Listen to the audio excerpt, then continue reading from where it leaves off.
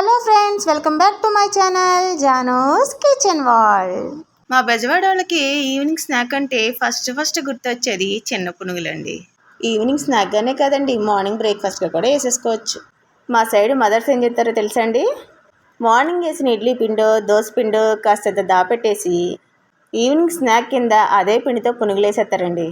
దీని ప్రిపరేషన్ కూడా చాలా సింపుల్ అండి. రండి మరి చూసేద్దాం. ఈ పునుగుల కోసం నేను ఇడ్లీ పిండిని తీసుకున్నాను. ఈ పిండి ఆల్రెడీ ఫర్మెంట్ అయి ఉన్న పిండేనండి, అందుకే దీనిలో తినే సోడా కూడా యాడ్ చేయవసరం లేదు. మీరు ఫ్రెష్ పిండి తీసుకుంటే తినే సోడా యాడ్ చేసుకోండి. ఇడ్లీ పిండి పునుగులు వేసే పిండి కన్సిస్టెన్సీలా ఉండదు కదండి, కొంచెం జారుడుగా ఉంటుంది. కాబట్టి ఈ ఇడ్లీ పిండిలో గోధుమ పిండి కానీ మైదా పిండి కానీ యాడ్ చేసుకోవాలండి. నేను ఇక్కడ గోధుమ పిండిని యాడ్ చేస్తున్నా.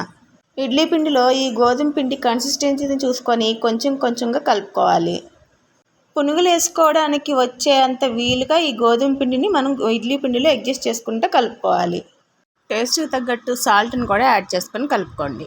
ఇప్పుడు కళాయి తీసుకొని డీప్ ఫ్రైకి సరిపడినంత ఆయిల్ పోసుకొని ఆయిల్ బాగా హీట్ అయిన తర్వాత చిన్న పునుగులుగా వేసేసుకోవడమే.